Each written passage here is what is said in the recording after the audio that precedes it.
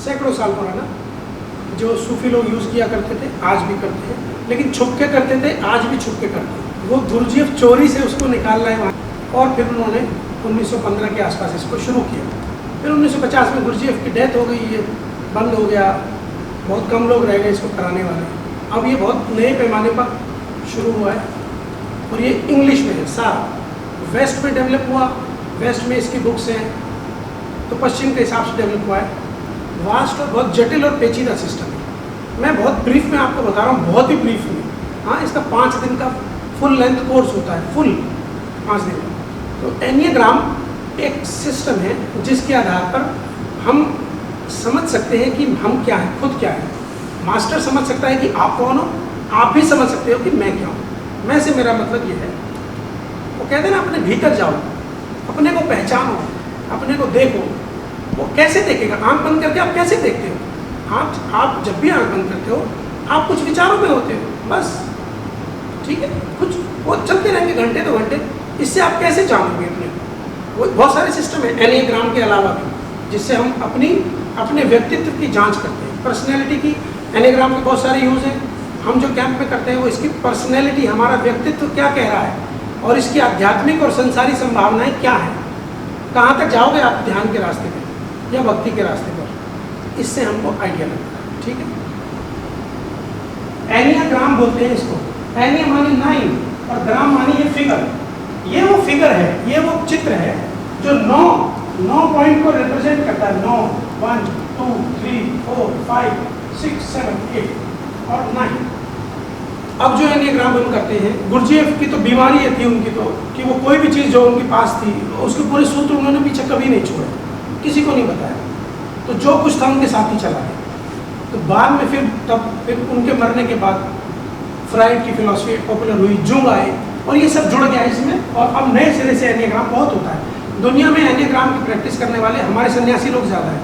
ओशो जब अमेरिका से आए तो उन्होंने इसको आश्रम में शुरू कराया था। राज ने, योगेंद्र ने और सुबोधि ने शुरू किया था, लेकिन फिर ओशो चले गए तो वो लोग भी निकल गए। दुनिया में मैं ये बताऊँ कि 9 तरह के लोग होते हैं, ये बताता है ये। इसमें बहुत कुछ है, हम बचपन से लेते हैं कहानी कि जब आप 1 दिन के थे आपके साथ क्या हुआ था। आप नहीं बताओगे, हम बताएंगे क्या हुआ था। हाँ, और एडल्ट होने तक क्या होता है आपके साथ, कैसे हम ऐसे हो जाते हैं, हमारी ऐसी आदतें क्यों बनती, हम ऐसे क्यों हैं, हमें क्रोध क्यों आता है, भय क्यों आता है। बावजूद इसके हम चाहते हैं कि भाई हमारे को भय नहीं हो, हमें पीछे से कौन भय ला रहा होता है, इसका मोटिवेशन क्या है अंदर, क्या ड्राइव है इसकी, ये सब इसमें पता चलता है, ठीक है। तो कुल मिला के समय सीमा में बात को रखते हुए दुनिया में 9 तरह के लोग होते हैं। 9 काइंड्स मतलब 9 प्रकार के। तो आप किसी ना किसी एक प्रकार में पढ़ोगे, ये वो 9 है। मैंने यहाँ पे नंबर से दिखा दिया, इन सब के नाम है, ठीक है। ये 9 है पीस मेकर। अब 9 के कुछ खास कैरेक्टर होते हैं, कुछ खास भाव होते हैं उसके कुछ खास पॉजिटिविटी होती है, नेगेटिविटी होती है, बहुत कुछ होता है। जैसे 1 है, ये है, 2 है, 3, 4, सबके नाम है, ओके। तो ओशो की जो पर्सनैलिटी पढ़ती है वो पढ़ती है पर्सनैलिटी नंबर 7। वो इस दायरे में आते हैं और सब लोग आते हैं इसमें, ये दायरे में आते हैं। 6 जय कृष्णमूर्ति, मैं इसलिए वो नाम ले रहा हूँ जो नाम आपको पता है। उन किताबों में तो आपको जूलिया रॉबर्ट्स, हाँ, ब्रूस विलिस, ये नाम मिलेंगे, अंग्रेजी के एक्टर्स के एक्ट्रेस के मिलेंगे। ये अब जैसे गांधी, महात्मा गांधी को 1 में भी रखा गया। लॉर्ड बुद्धा 5। ये पर्सनैलिटी आपकी बताती है आपका झुकाव क्या है। ये 9 तरह के जो लोग होते हैं, ये कैसे बनते हैं, ये लंबी कहानी है, मैं नहीं लेने वाला। सिर्फ आप ये समझ लो जो मैं बोल रहा हूँ वो सच है। हाँ, कभी मौका लगेगा तो पूरा हम इसको कर सकते हैं। ये जो 3 पर्सनैलिटी हैं, 8, 9 और 1, ये एक ग्रुप की पर्सनैलिटी है। 5, 6 और 7 ये एक ग्रुप की पर्सनैलिटी है। 2, 3 और 4 ये एक ग्रुप की है, मतलब ये करीब करीब एक है। अब जो एक मोटे तौर पर 8, 9 और 1 जो पर्सनैलिटी है, ये अपनी बॉडी में ज़्यादा जुड़े होते हैं, भौतिक शरीर में ज़्यादा जुड़े होते हैं, ज़्यादा अटैच होते हैं नेचुरली। ये ध्यान करने बैठेंगे तो बहुत इजीली इनको अपने शरीर का भान आ जाएगा, बहुत इजीली। तो जो लोग ज़्यादा शरीर में जुड़े होंगे, उसने भी कहा है कि अपने वर्तमान में आने के लिए, प्रेजेंट मोमेंट में आने के लिए शरीर सबसे अच्छा टूल होता है। प्रेजेंट मोमेंट में आना है तो शरीर को ख्याल में लाना होता है। अलग से आप प्रेजेंट मोमेंट में नहीं आ सकते। आपको अपने शरीर का भान आ गया, क्योंकि ये प्रेजेंट में होता है।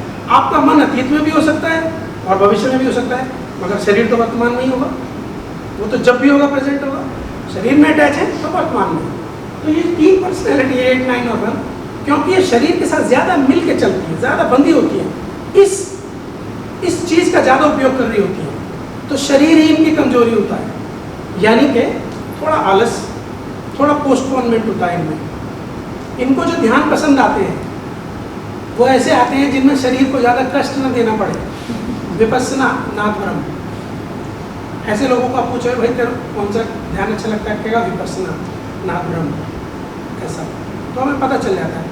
अगर कोई 8, 9 या 1 पर्सनैलिटी में पढ़ता है तो जो उसको पसंद है विपस्सना, नाथ ब्रह्म वो करे, लेकिन इसके बैलेंसिंग मेडिटेशन होते हैं फिर कि बैलेंस के लिए तुम लगातार झुके रहोगे उस पर्सनैलिटी की तरफ। हमें तीनों का संतुलन चाहिए होता है, तीनों रिसोर्स का, ठीक है। जैसे 5, 6 और 7 है। अच्छा, मैं इसका थोड़ा सा बताऊं। 8, 9 और 1 जो भी पर्सनैलिटी है, इनका जो मेन चैलेंज होता है वो एंगर का होता है, क्रोध का। इनके अंदर नेचुरल फोर्स होती है एंगर की, नेचुरल। क्रोध को, ये एक एक्टिव तरह का भाव है, एक्टिव फोर्स है, इसको निकाला जाता है। इसीलिए इनको, इस तरह के लोगों को ऐसे ध्यान बैलेंसिंग होंगे जिनमें क्रोध को निकालने की गुंजाइश हो, जैसे कि डायनामिक। लेकिन इनको डायनामिक पसंद आएगा नहीं, क्योंकि इनको विपस्सना पसंद आएगा। तो डायनामिक करेंगे और नेचर में भी जो कर रहे होंगे तो वो कर रहे होंगे, वो निकालते ही नहीं उसको, क्योंकि शरीर अलाउ नहीं कर रहा है, शरीर के साथ बहुत अटैच है।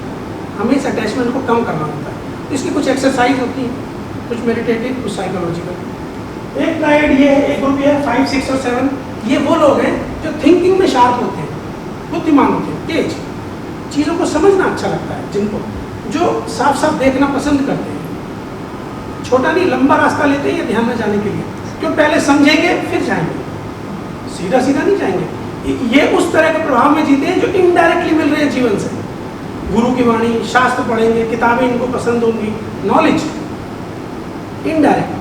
तो रास्ता इनका लंबा होता है ध्यान का, लेकिन सॉलिड ग्राउंड पर चलते हैं, समझ के चलेंगे। समझ में आएगा तो चलेंगे, एक बार समझ में आएगा तो भागेंगे। इनका जो चैलेंजिंग इमोशन होता है शार्प लोगों का, वो भय का होता है, फियर का होता है। ये हमेशा फियर से चलते हैं। अब फियर का क्या है कि फियर बड़ा होने में विकृत हो जाता है।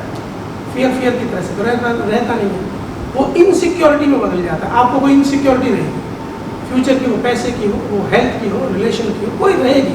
कोई अनजानी बेचैनी, कोई नो कहने का नेचुरल फ्लेयर रहेगा आपके पास। कोई बात, आप रिस्क नहीं लोगे, आप जमे जमाए रास्ते में चलोगे, आप कोई सेफ साइड ढूंढोगे। आप सोचोगे कि बुरे से बुरा क्या हो जाएगा मेरे साथ, ये सोच के चलोगे, वर्स्ट केस सोच के चलोगे। ये लोग तो इनका जो, इनको ध्यान कौन से पसंद आते हैं, डायनेमिक, कुंडली, जिनमें पसीना बहे, जिनमें जोर लगे। क्यों? क्योंकि माइंड तेज है। माइंड ये भरोसा दिलाता है पीछे से, भाई कुछ करने से कुछ मिलता है, बैठे रहने से नहीं मिलता है। दुनिया में कुछ करने से मिलता है। तो अध्यात्म में भी यही कॉन्सेप्ट लागू करता है। उसको तो मालूम ही नहीं है कि तुम साधक बन चुके हो, उसके पास तो वही तरीका है हल करने का। वो कहता है पसीना बहाए, ये नामब्रह्मी कोई ध्यान है। 1 घंटे जब तक पसीना ना बहाए, पूरा ये पसीना नहीं दिखे और पूरा चोगा है, मजा ही नहीं आएगा उसको। ऐसे लोगों को ये ध्यान पसंद आता है। लेकिन एक्चुअली इनके बैलेंसिंग ध्यान कौन से हैं? क्योंकि फियर से चलते हैं, और फियर एक पैसिव फोर्स है। फियर देखने से मिटती है, निकाली नहीं जाती फियर को। आप भय को निकाल नहीं सकते क्रोध की तरह, इसको देखने से खत्म होता है, समझने से इसकी प्रकृति। तो इसके, इनके बैलेंसिंग ध्यान हो जाते हैं। विपस्सना हो गया। और भी एक्सरसाइज है, इनको अकेले जाने की एक्सरसाइज होती है, जंगल में घूमने की एक्सरसाइज होती है, अकेले रहने के लिए कुछ बोला जाता है, ये सब इनको चलता है। अगर इनको अकेले रहते हैं तो विचार चलते हैं, क्योंकि विचारशील है, नेचुरली ऊर्जा उधर चली जाती है। फिर एक बहुत ही ऊपर से मैं बता रहा हूँ। फिर एक ग्रुप है 2, 3 और 4 का, ये 3 है। ये लोग इमोशनल लोग हैं। इमोशनल, हर व्यक्ति में तीनों चीज़ होती है। आप में बुद्धि भी है, दिल यानी इमोशन भी है, और एक्शन भी है। हम किसी एक की तरफ झुके होते हैं। या तो आप बुद्धि से ज़्यादा चल रहे हैं, या आप नेचुरली अपने इंस्टिंक्ट में चल रहे हैं कि आपको फील होता है, वो बॉडी से अटैच है। या फिर आपको जो इमोशनल लोग हैं वो पसंद और नापसंद पे चलते हैं, लाइक और डिसलाइक। पसंद है तो ठीक है, भले ही वो खराब है, मुझे पसंद नहीं है तो नहीं है ठीक, मतलब भले ही वो ठीक है, तो ये पसंदगी होती है। ये लोग क्या है कि इनके पास चूंकि इमोशनल फोर्स होता है, आपके जैसे नेपाल में लोग हैं, इनके पास इमोशनल फोर्स होता है, और इमोशनल फोर्स एक रियल फोर्स है, एक्चुअली रियल है। तो इन्हें कोई भी तरह के ध्यान पसंद आ जाएंगे, वो अक्रिय हो कि सक्रिय हो, सब कर लेंगे। मगर इनका जो बैलेंसिंग है, क्योंकि इनका जो जो जो चैलेंजिंग इमोशन है वो झिझक, शर्म का है और पेन का है, एक तरह का सॉफ्ट पेन चलता है इनके अंदर। तो वो जो पेन का जो इनका जो दुख का जो रिजर्वायर है, जो अंदरूनी तौर पे जिससे ये बहुत मुतासिर है, बहुत अच्छा भी लगता है इनको अंदर ही अंदर, उसके करीब होते हैं पेन के, उसकी वजह से इनके बैलेंसिंग मेडिटेशन हीलिंग के होने चाहिए। अगर वो कोई भी लेंगे, सक्रिय हो अक्रिय हो ये हो, लेकिन इनको हीलिंग मेडिटेशन चाहिए। हीलिंग इनको अंदर से मिलती रहती है पेन के लिए, ठीक है, पेन के लिए हीलिंग मिलती है। और बाकी कर ये सब लेंगे थे, तो जैसे ये वाली पर्सनैलिटी है 8, 9 and 1, ये विजनरी लोग हैं, ये इनको कोई बड़े विचार आते हैं, छोटे मोटे नहीं, बड़े। दुनिया बदल दो, दुनिया में शांति होनी चाहिए, कोई संस्था बनाओ, गरीबों का भला करो, अरे गांव गांव शिक्षा होनी चाहिए, बड़े विजन। ये बड़े स्तर पे देखते हैं कोई चीज़ों को, मगर सिर्फ देखते हैं, करते नहीं है। सिर्फ विजन आता है, ये होना चाहिए, अब होना चाहिए, किसी को तो आएगा ही, कोई तो कहेगा ना कि यार यूनिवर्सिटी बनाओ, इसका मतलब थोड़ी कि वही फावड़ा लेके चल देगा। लेकिन उसने एक आइडिया दिया कि उसने देखा, किसी और ने नहीं देखा, कि यहाँ पे महिलाओं के लिए कोई कॉलेज नहीं है, उसको कोई आइडिया आ गया, होना चाहिए, लेकिन उसने विजन दे दिया, इससे ज़्यादा कुछ नहीं। फिर ये जो दूसरे 3 ये लोग हैं, 5वां, 6वां और 7वां, ये लोग उस विजन का विस्तार करने, क्योंकि दिमाग तेज होता है, वो कैसे होगा, ये कहाँ से पैसा आएगा, कहाँ से रिसोर्स आएंगे, जमीन कैसे, इनकम टैक्स क्या, कैसे एफिलिएशन, ये बारीकी में ये सारा तैयार करके दे देंगे, पता नहीं साहब ऐसे बनेगा ये A to Z, यहाँ से लेके यहाँ तक। उसने सिर्फ आइडिया दिया कि होना चाहिए, होएगा कैसे उन्होंने बता दिया, मगर ये भी नहीं करेंगे, ये सिर्फ विस्तार करके दे सकते। ये इनके पास ये नहीं है फोर्स इमोशनल, आखिर में प्रोजेक्ट आएगा इमोशनल लोगों के पास, वो पिसेंगे, उन बेचारों को जो कह दो करेंगे, आवड़ा उठा के चल नहीं चलेगा। ये इमोशनल लोगों की समस्या होती है, ये पॉजिटिविटी भी होती है उनकी, मतलब उनकी दिक्कत ये होती है, वो कर सब सकते हैं, लेकिन क्या करना है और कितना करना है ये उनको नहीं पता। जो शार्प लोग होते हैं उनको पता होता है क्या करना है और कितना करना है, लेकिन वो करते ही नहीं। और सीधी ये पर्सनैलिटी की समस्याएं होती हैं। अब मैं पूरी बात एक बहुत छोटी, इतने सारे लोग, हम लोग अलग अलग तरह के हैं, हम में बहुत तरह के लोग होंगे, यहाँ अलग पर्सनैलिटी का हूँ, आप अलग के होंगे, आप अलग। हम जब सब लोग ध्यान करेंगे, क्या हम सबको निर्विचार चैतन्य हो जाएगा? नहीं होगा। इसकी संभावना ज़्यादातर है 5, 6 और 7 के लिए। जो भी मेडिटेशन में आपको मिलने वाला है आगे चलकर, इसकी बहुत संभावना तब होगी यदि आप पर्सनैलिटी 5, 6 और 7 से बिलोंग करते हैं। आप नो माइंड फील करने की ज़्यादा संभावना, ऐसा नहीं है कि दूसरों को होगी नहीं, मगर ऑन एन एवरेज ये लोग निर्विचार चैतन्य के लिए ज़्यादा उपयुक्त हैं। 5, 6 और 7 भी ध्यान करेंगे, और जब ध्यान का फल आएगा, इनको जो उपलब्धि होगी, ध्यान की उच्चतम उपलब्धि, वो निर्विचार में नहीं होगी, वो होगी क्योंकि ग्राउंड पर, ये ग्राउंडिंग इनकी मजबूत होती है, शरीर में अटैच होते हैं, इनको होगी पूरे यूनिवर्स से जुड़ने की, 8, 9 and 1 एग्जिस्टेंस के साथ एक होने की।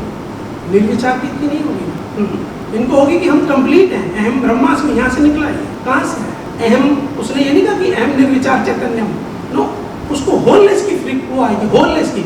कोई व्यक्ति को आती होगी जब डांस करता होगा कि मैं एकदम हो गया, मैं बड़ा हो गया, इसका मतलब है कि कुछ है उसका सीड।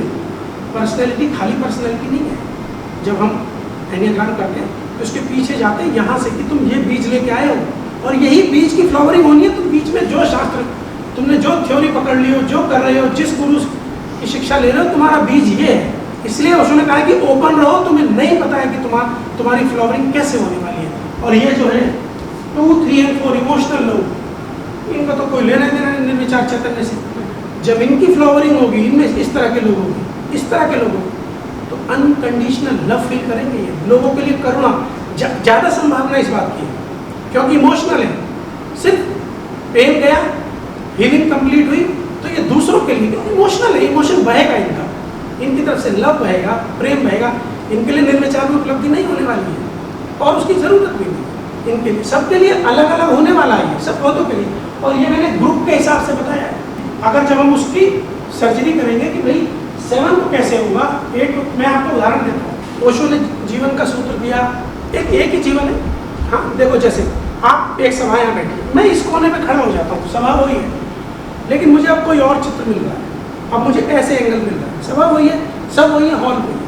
मैं सिर्फ यहाँ से हट के यहाँ से आ जाता हूँ तो मेरा पूरा व्यू बदल गया, मुझे अलग ढंग से दिख रहा है बाबा। एक ही रियलिटी है, लेकिन एक हट के खड़ा हो गया मैं, तो मुझे रियलिटी कुछ और तरह से दिख रही है। यहाँ से मैं देखता हूँ तो वही रियलिटी मुझे कुछ और तरह से दिख रही है। मेरा व्यक्तित्व बदलने से रियलिटी को देखने का मेरा व्यू बदलता है। इसलिए इसी जीवन में ओशो ने एक सूत्र पकड़ा जो उन्होंने अपने व्यक्तित्व के हिसाब से पकड़ा, जीवन आनंद है। यही तो कहा, हर ध्यान में देख लो, नाच रहे हैं, हर ध्यान में जीवन आनंद है, जीवन के सब रंगों को जियो, मेरा सन्यासी हर रंग को जिएगा, जोर पर बुद्ध है। ठीक उसके उल्टा सत्य पकड़ा बुद्ध ने, उन्होंने कहा जीवन दुख है। वो भी बुद्ध है और ये भी बुद्ध है, और दोनों की बात ऑपोजिट है। कैसे? वो अपने हिसाब से रियलिटी को परसीव किया बुद्ध ने। उन्होंने कहा जीवन आनंद है, उसने कहा नहीं, जीवन दुख है। और फिर अगले आर्य सत्य है, दुख का कारण है, उसका निदान है। ऐसा कैसे हुआ? एक ही चीज में ऑपोजिट। और नहीं, गुरुजीएफ ने कहा नहीं, जीवन संघर्ष है अपने हिसाब से। ये personality number 8 Gurdjieff challenger personality होती है। तो एक ही चीज होती है, एक ही बात, लेकिन अगर आपकी व्यक्तित्व बिल्कुल अलग है तो आप उसको अलग ढंग से देखेंगे। अगर आप ये समझ जाते हैं कि मेरा व्यक्तित्व ये है और मेरी वाइफ का ये है, मेरे भाई का ये, माँ का ये, तो आप समझ पाएंगे कि भाई ये इसलिए नहीं समझ रहा है इस बात को क्योंकि इसकी कहानी ये है, इसके पीछे भी कुछ और एंगल में देख रहा है। एक ही परिवार में 2 बच्चे होते हैं, अलग अलग नहीं होते। इसी वजह से ये डिफरेंस होता है। और जब तक हम ये नहीं समझते तो हमारे रोजमर्रा के डिफरेंस खत्म नहीं होते। एनिग्राम बहुत हेल्प करता है, हमने इसको बहुत हेल्प की। फिर तो एडवांस में चले गए, अब तो हम एनिग्राम एसेंस तो हमारे काफ़ी लोग हो गए। तो ये हेल्प करता है, समय बचाता है, एनर्जी बचाता है, आपको रिलैक्स करता है। आपको पता है कि आपको कितना और कौन सा ध्यान करना है। आप अभी क्या होता है, आप ध्यान करने वक्त आ गए व्हाइट रूम में, हमने चला दिया लाओ त्सो का सूत्र, बढ़िया लगा आपको, आपने कहा ये होना चाहिए। अब आप उस साधना में लग गए, लाओ त्सो ने कह दिया तो आप लाओ त्सो की साधना कर नहीं रहे, उसका दर्शन फॉलो नहीं कर रहे। अगले दिन अगले ही व्हाइट रूम में चल गया बुद्ध का कोई कहानी, अब आप चल दिए साइलेंट सिटिंग के लिए क्योंकि बुद्ध का इतना बढ़िया ओशो ने बोल दिया। बुद्ध की साइलेंट सिटिंग और ये सब अभ्यास आप तब करोगे जब आप बुद्ध का दर्शन मान रहे हो। क्या आप जीवन से अलग हटके रह रहे हो? क्या आप भिक्षु की तरह रह रहे हो? आप जीवन में रह रहे हो, दर्शन आपके पास ओशो का है, साधना आप निर्विचार चैतन्य की करेंगे, बुद्ध की करेंगे, कैसे होएगा? 2 नावों की सवारी हो जाएगी। और फिर तीसरे दिन मीरा का प्रवचन सुन लिया, आप सड़कों पर भजन कर लिया। तो हमें पता चलता है कि ये सब हमारे लिए बोला गया, लेकिन मुझे इसमें से ये चुन। अब भाई ओशो का समंदर है, हमें अपना लोटा भरना है, पूरा समंदर तो पीना है नहीं। उनको सारी दुनिया को एड्रेस करना था, इसलिए दुनिया जहान के सिद्धांत दिए, सब नहीं है आपके लिए। रोज रोज सुन के पता चला कि साहब महावीर ने कहा अप्रमाद की साधना और आप अप्रमाद में लग गए। फिर आप महावीर की समाधियाँ, गुप्तियाँ, उसके परिचय सारे करो, फिर तब पूरा आप पूरे दर्शन में जाओगे ना। इसलिए तो ये थोड़ा सा आइडिया मुझे देना था। ये बहुत ही ब्रीफ है, जब हम करते हैं तो बहुत डिटेल में चलता है क्योंकि ये एक्चुअली हमारे पर्सनालिटी का निर्माण शुरू हो जाता है पहले दिन से। इतनी बात है कि जब हम क्लीन स्लेट आए थे तो हम में ईगो बनी कैसे, कहाँ से ये ईगो आई? जब हम क्लीन स्लेट की तरह आए थे तो इसमें पता चलता है कि ईगो का विस्तार ऐसे हुआ। 0 पहले दिन से लेकर के 4 साल तक बच्चा जब होता है, जिसको सिम्बायोटिक फेज कहते हैं, और उसको सेपरेशन फेज, 2 फेज होते हैं, उसमें जब बच्चा गुजरता है उन 4 सालों में ईगो का फाउंडेशनल स्ट्रक्चर बनता है। फिर वो मैच्योर होता है एडल्ट, और फिर आदमी की पर्सनैलिटी बनती है, और फिर वो कहता है मैं इसलिए ऐसा हूँ, मैं ऐसा ही हूँ। बोलते हैं ना कि यार मैं बड़ा खुले दिल का हूँ, मैं तो मुंह पे जो बात बोलनी है बोल देता हूँ। अपना जो बिलीफ जो कर रहा है ना वो कि आई एम लाइक दिस, ये एक हिप्नोटिक ट्रांस है, किसी वजह से बोल रहा है। और क्यों इमोशन ऐसे प्ले करते हैं, हैबिट्स क्या है, फियर क्या है। फिर जो हमारा ईगो का स्ट्रक्चर है जो 3 इमोशन पे चलता है, एंगर, फियर और पेन पर, ये बना कैसे रहता है? बावजूद इसके कि हम लगातार ध्यान कर रहे हैं, हम लगातार कोशिश कर रहे हैं समझने की, फिर भी इसको मेंटेन कौन करता है? इसके पीछे एक और स्ट्रक्चर होता है सुपर ईगो का, वो इसको मेंटेन किए रहता है, छुपा हुआ स्ट्रक्चर होता है, वो सारा इसमें निकलता है। कोई किताब नहीं है, कोई करता नहीं है, बहुत जटिल सिस्टम है ये। तो अभी तो हमने बहुत वर्कशॉप कर ली इसकी, बहुत कैंप पर, कभी मौका लगेगा इधर करेंगे तो। लेकिन उसमें आप समझ लो किस तरह के लोग चाहिए, इसी तरह के लोग चाहिए जो समझना चाहें, जो समझ सकें मसला क्या है। फिर उसमें तो हम बहुत डिटेल में जाते हैं, और न सिर्फ बचपन में, लेकिन हम जो एडल्ट हो चुके हैं सामने बैठा के डायोड क्वेरी चलती है, एक्सपीरियंशियल। सिर्फ जो मैं थ्योरी आपको बता रहा हूँ ये मानसिक नहीं है, इसका एक्सपीरियंस कैसे हो, फियर का, एंगर का एक्सपीरियंस आप कैसे करोगे, फिर उसकी एक्सरसाइज भी साथ साथ चलती रहती है। तो डायनेमिक कुंडलनी और वाइट रूम होता है, और बाकी ये सब चलता है। Thank you very much.